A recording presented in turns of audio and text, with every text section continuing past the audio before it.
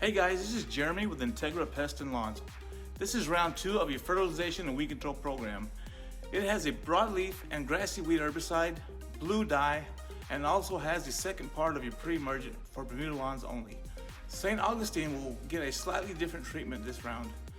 You will want to water it in as soon as possible.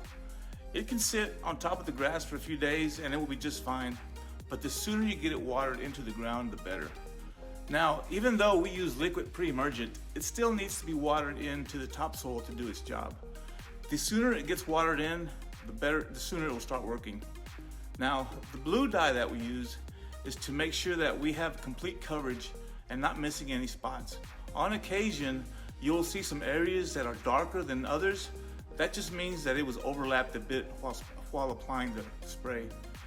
The blue dye will start fading immediately with bright sunlight, but it may still take some time to disappear completely, even with watering.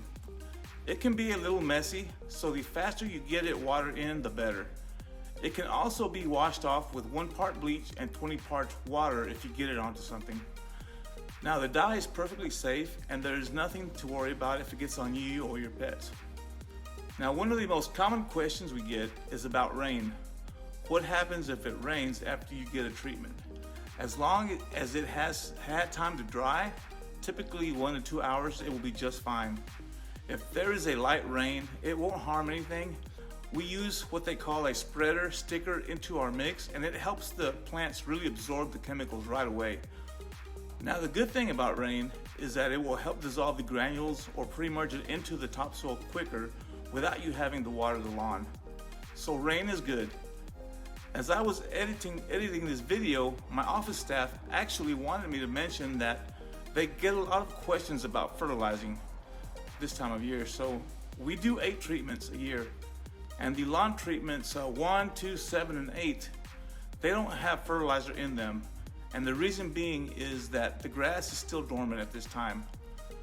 With the grass being dormant, if you put large amounts of nitrogen down this time of year, it won't do any good, as the lawn will not be able to use it. So that is why we don't fertilize this time of year. But starting round 3, we stop pre-emergent treatments and add in nitrogen to kickstart that nice green lawn. So let me know if you have any questions. Thanks.